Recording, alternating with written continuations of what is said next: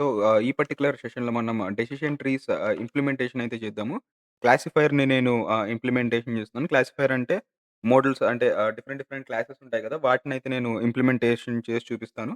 So, మనకి ముందు కావాల్సిన లైబ్రరీస్‌నన్నీ మనం ఇంపోర్ట్ చేసుకుందాం. Pandas as PD, import numpy as NP, import matplotlib dot pyplot as PLT అలాగే ఆహ్, మ్యాట్‌ప్లాట్‌లిబ్ అండర్‌స్కోర్ ఇన్‌లైన్ మనం తీసుకుంటాం మ్యాట్‌ప్లాట్‌లిబ్ ఫిగర్స్‌ని చూసుకోవడానికి, డిస్‌ప్లే చేయడానికి.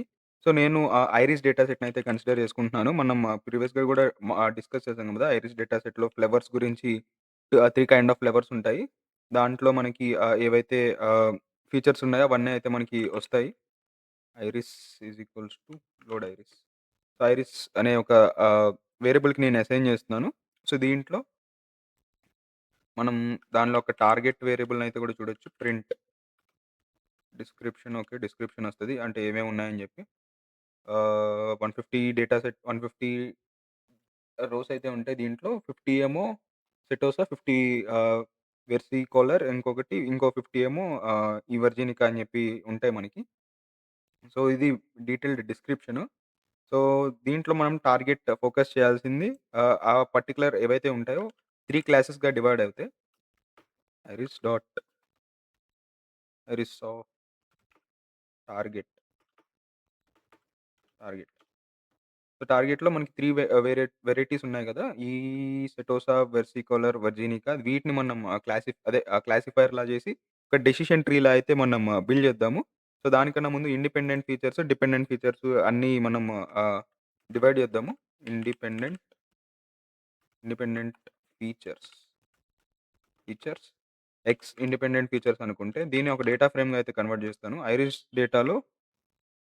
ఐరిస్ డాట్ డేటాలో అన్నీ అవసరం లేదు నాకు. కాలమ్స్‌లో నేను స్పెసిఫిక్ కాలమ్స్‌నయితే చూజ్ చేస్తాను.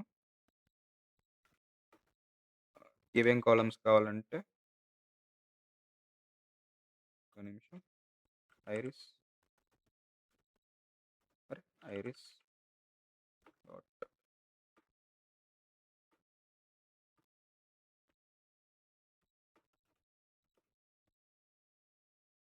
కాలమ్స్‌లో నాకు ఒక్క నిమిషం. కాలమ్స్‌లో నేను సెపల్ లెంత్ ఒకటి, సెపల్ లెంత్, పెటల్ విడ్త్ అయితే నేను కన్సిడర్ చేసి దాన్నొక డేటా ఫ్రేమ్‌గా అయితే చేస్తాను. సో, అవన్నీ ఫీచర్స్‌ని నేను ఇక్కడ యాడ్ చేస్తాను. ఇప్పుడు మనం ఈ ఇండిపెండెంట్ వేరియబుల్స్ అన్నీ చూస్తే sepal length in centimetre, petal width ఇవన్నీ అయితే వచ్చేసాయి. దీంట్లో మనకి టార్గెట్ ఫీచర్ వచ్చేసి అదే మన ప్రిడిక్ట్ చేయాల్సిన వాల్యూ వచ్చేసి టార్గెట్ ఏదైతే ఉందో ఐరిస్ డాట్ టార్గెట్ కాకుండా దీన్ని సిరీస్ డేటాలో అయితే మనం చేద్దాము. Target,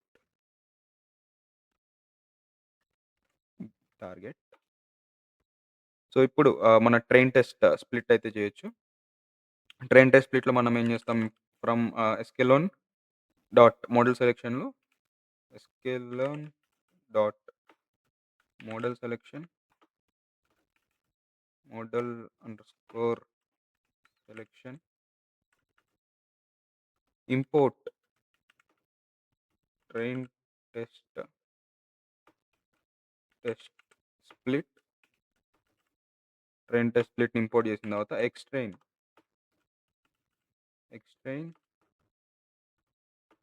ఎక్స్‌టెస్ట్ Y train వైటెస్ట్.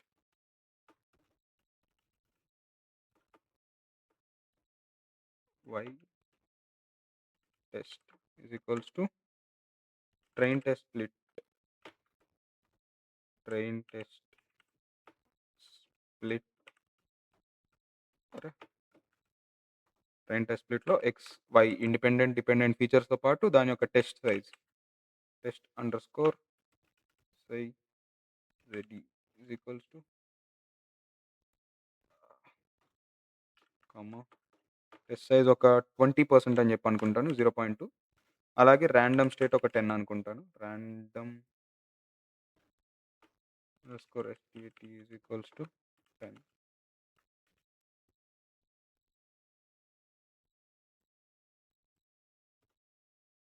Random.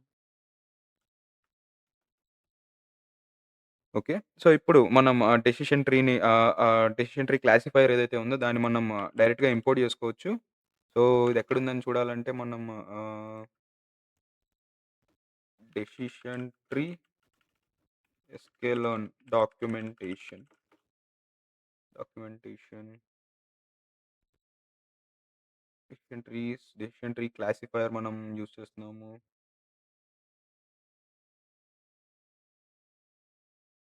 Okay.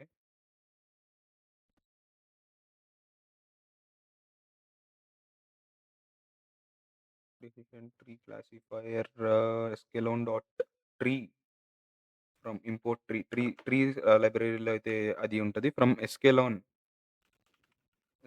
Dot tree import decision decision decision tree classifier. Okay. Tree is equals to నేను డెసిషన్ ట్రీ క్లాసిఫైయర్ ఏదైతే తీసుకున్నానో దాన్ని ఒక వేరియబుల్‌కి అయితే అసైన్ చేస్తున్నాను ఫంక్షన్‌ని. దాన్ని నేను ట్రీ అనుకుంటున్నాను. ఇప్పుడు ఈ ట్రీలో నేను ఫిట్ చేస్తాను. Tree dot fit X train Y train underscore train దాంతో పాటు అండర్‌స్కోర్ ట్రైన్. ఎక్స్‌టెండ్ వైట్రైన్ చేసిన తర్వాత నాకు డెసిషన్ ట్రీ అయితే వచ్చేసింది. సో, ఇప్పుడు మనం ఈ డెసిషన్ ట్రీని విజువలైజ్ చేద్దాం. అంటే ఎట్లా ఉంటది ఈ డెసిషన్ ట్రీ అని చెప్పి. Sklearn import tree LT dot figure మనం మ్యాట్‌ప్లాట్‌లిబ్ తీసుకున్నాం గదా! మ్యాట్‌ప్లాట్‌లిబ్‌లో నేను ఒక ఫిగర్ సైజ్‌నయితే క్రియేట్ చేస్తున్నాను. 15/10 రేషియోలో. Fig size is equals to 1510 1500 అబ్బా! చాలా పెద్దది. Tree dot plot underscore tree classifier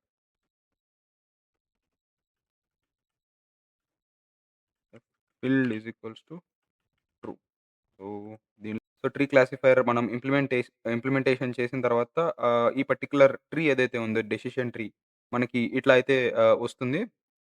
so, మీరిక్కడ చూసుకున్నట్టయితే మనం ఏదైతే రూట్ నోడ్ అని చెప్పామో, రూట్ నోడ్ తర్వాత ఒక సర్టెన్ థ్రెషోల్డ్ వాల్యూ అయితే ఉంటది. ఆ వాల్యూలో మళ్ళీ యెస్ ఆర్ నో ఒకవేళ ఉంటే ఒకలా ఉంటది. లేకపోతే less than or equal to 0.8 లేని వాల్యూస్ అసలు లేవు కాబట్టి అక్కడితో ఆగిపోయింది. తర్వాత మిగిలిన వాల్యూస్ ఏవైతే ఉన్నాయో గ్రేటర్ థాన్ 0.8 అయితే ఉన్నాయి కదా! అవన్నీ ఆహ్, ఒక చైల్డ్ నోడ్ కిందకొచ్చాయి. మళ్ళీ ఇది రూట్ నోడ్‌గా కన్సిడర్ చేసుకొని దాని కింద కొన్ని సెపరేట్ వాల్యూస్ అయితే వచ్చాయి. ఇలా మనం క్లాసిఫై చేసిన వాల్యూస్ జీరోస్, వన్స్, టూస్ అయితే మనకి వచ్చేసినియి. అంటే జీరోస్ అంటే ఒక ఫ్లేవరు సెట్టోసా ఒక్క నిమిషం చూపిస్తానది. సో, జీరోస్ అంటే సెటోసా, వన్స్ అంటే వెర్సికోలర్ అలాగే టూస్ అంటే వర్జీనికా మనకి. ఇలా మనం డెసిషన్ ట్రీనయితే మనం చేయొచ్చు. సో, తర్వాత దీని యొక్క కన్‌ఫ్యూజన్ మెట్రిక్స్ క్లాసిఫికేషన్ రిపోర్ట్ అయితే కూడా మనం చూడొచ్చు. సో, క్లాసిఫికేషన్ రిపోర్ట్ మనకి ఏదైతే క్లాసిఫికేషన్ అదే బైనరీ వాల్యూస్ గాని ఇట్లాంటి వాల్యూస్‌కైతే మనం యూజ్ అవుతది. సో, దీని యొక్క యాక్యురసీ మాక్సిమం 1 దగ్గరలోనే వస్తది. 0.97 దగ్గరైతే వచ్చింది. సో, ఎందుకంటే మనకి చాలా చిన్న డేటా కాబట్టి ఇదైతే సింపుల్‌గా అయితే వస్తది. ఒకవేళ లార్జ్ డేటా సెట్ మనం తీసుకుంటే అది డిఫరెంట్ అవుతది, మారుతది. సో, ఇది ఇన్ జనరల్ డెసిషన్ ట్రీ యొక్క ఇంప్లిమెంటేషన్. దాంతో పాటు నేను ప్రీ ప్రూనింగ్ అని చెప్పి అంటున్నాం గదా! ప్రీ ప్రూనింగ్‌లో హైపర్ పారామీటర్ ట్యూనింగ్ అని చెప్పి అంటూ ఉంటాం. అంటే మనకి ఏవైతే ఈ డెసిషన్ ట్రీలో ఉన్నాయో గిని ఇంప్యూరిటీ గాని, సో, ఈ డెసిషన్ ట్రీలో ఇంప్యూరిటీసు, గిని ఇంప్యూరిటీస్ అని జెప్పి ఇట్లా అయితే మనకి ఉంటాయి గదా! దీన్ని మనం ఏం జేసామంటే కొన్ని ఎంట్రోపీ, గిని అలాగే splitter best random, max depth, max features ఇవన్నీ వేరే వేరే పారామీటర్స్‌తో నేను చేసి దానిలో యొక్క బెస్ట్ పారామీటర్స్ ఏవుంటాయని జెప్పి గ్రిడ్ సెర్చ్ ఇవి. మనకి క్రాస్ వాలిడేషన్ టెక్నిక్ ఐడియా ఉంది గదా! మనం ప్రీవియస్‌గా గూడా మాట్లాడుకున్నాము.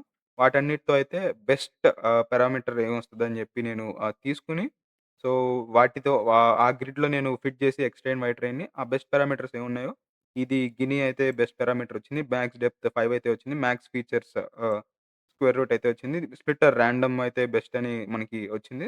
దాంతో మనకి ప్రిడిక్షన్ చేసిన డేటాతో దాని యొక్క యాక్యురసీ కూడా చూస్తే మనకి కొంచెం స్లైట్‌గా రెడ్యూస్ అయింది.